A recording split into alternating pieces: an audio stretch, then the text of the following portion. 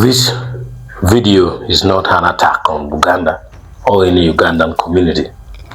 It is an exploration of how colonial strategy shaped our national identity. The aim is unity through historical awareness, not division through blame. Understanding this history helps Ugandans reflect on the origins of national structures and work that happened in order to work toward a more inclusive future. Uganda, the unwritten gift of a name, how Buganda minus B became a symbol of colonial reward.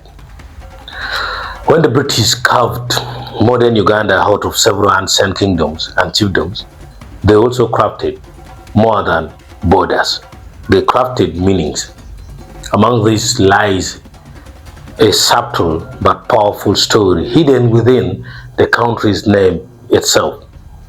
Uganda, a name derived directly from the name Buganda, the largest and most politically organized kingdom in the region, carries traces of new colonial collaboration and strategy shaped the nation's birth. Many historians and thinkers have described the naming of Uganda as an unwritten gift to Buganda by the British, a symbolic gesture of appreciation for loyalty during colonial conquest of Uganda. The removal of the letter B, leaving Uganda instead of Buganda, was not a linguistic accident.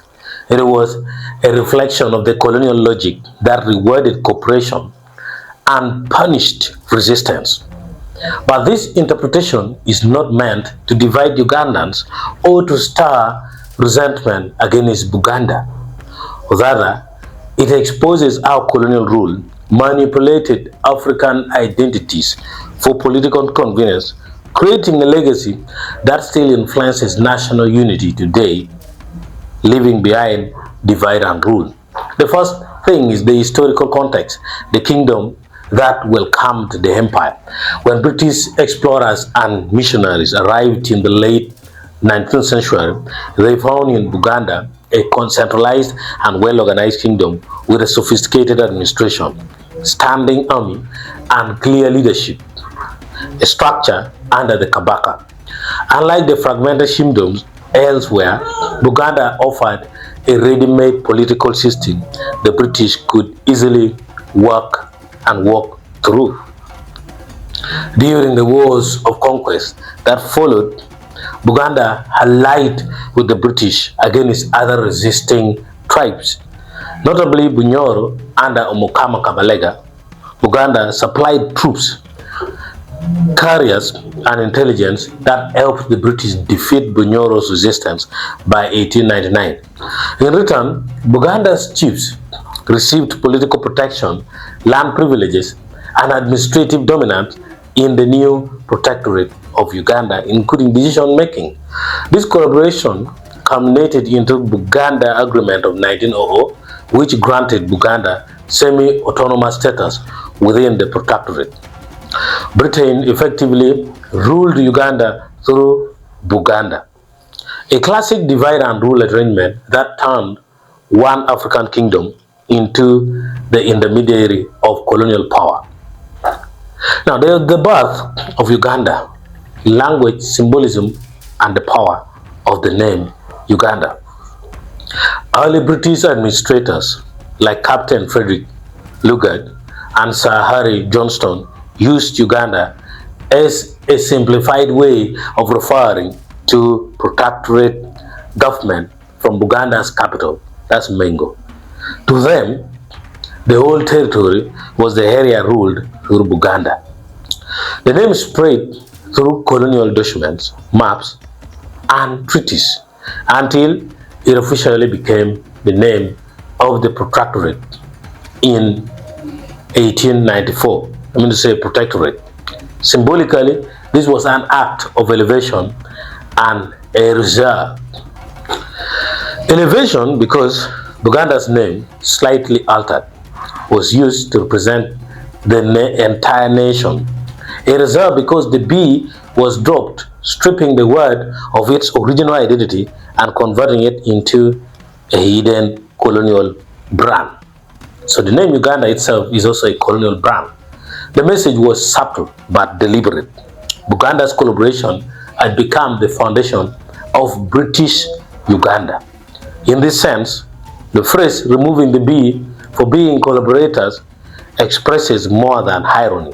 It captures the colonial genius for psychological manipulation, rewarding loyalty not through visible trophies, but through linguistic immortality.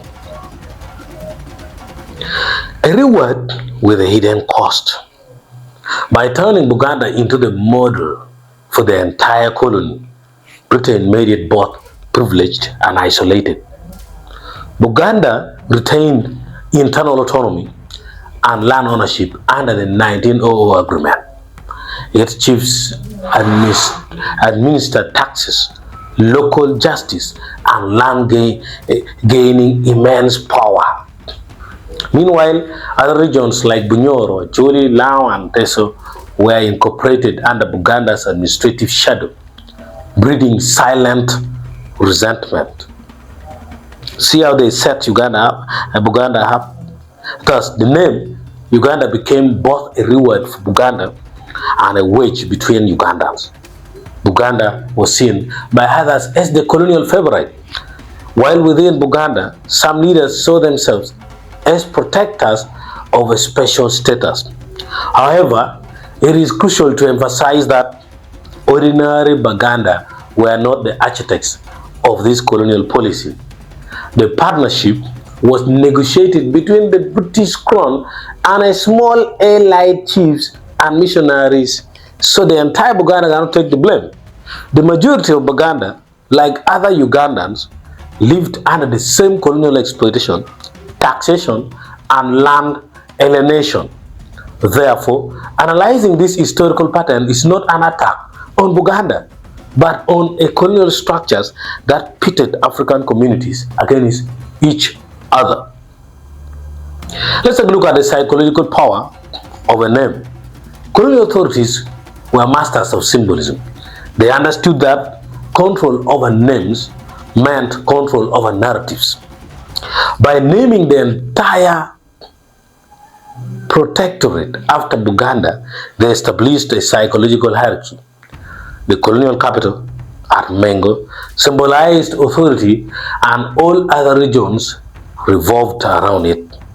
This linguistic choice also influenced post-independence politics. When Uganda became independent in 1962, Buganda's leaders expected federal recognition, believing their historical role deserved constitutional protection. Prime Minister Milton Obote, however, viewed Buganda's privilege as a colonial leftover.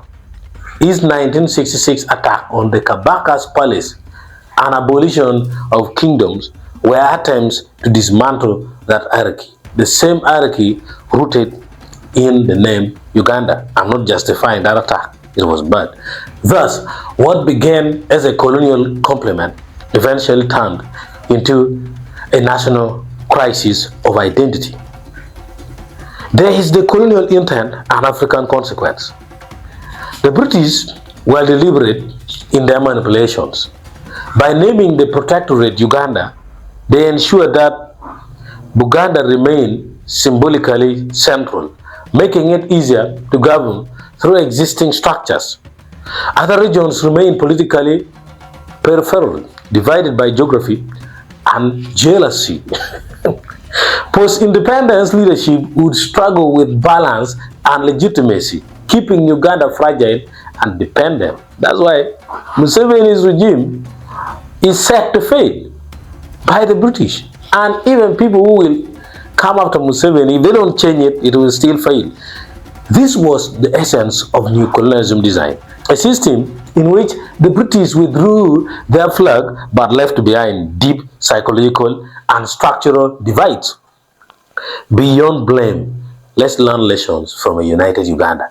Recognizing this history does not mean condemning Buganda or glorifying other regions. It means acknowledging how colonialism engineered inequality through symbols and agreements, including the very name we proudly carry today.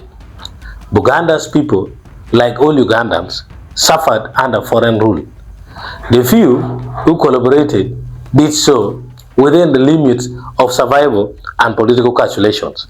The real adversary was the impartial system that rewarded loyalty with titles, land, and yes, even a nation's name. The challenge for modern Uganda is not to reclaim the name and fill it with meanings born of equality, not colonial favor. Unity begins with understanding, and understanding begins with truth. In conclusion, the name Uganda is more than a label. It is a historical mirror reflecting how British colonialism manipulated African cooperation and division. When the B was dropped from Buganda, a new nation was born, but one already shaped by hierarchy, reward, and subtle betrayal. This truth should not breed resentment. It should not inspire reflection. Uganda's future depends not on denying its past, but on rewriting it. Turning a colonial name into a symbol of collective liberation is what people should focus on. Understanding that the country's name was once a gift of power to a colonial ally helps Ugandans see how deep the roots of division go and how much stronger we can be when we uproot them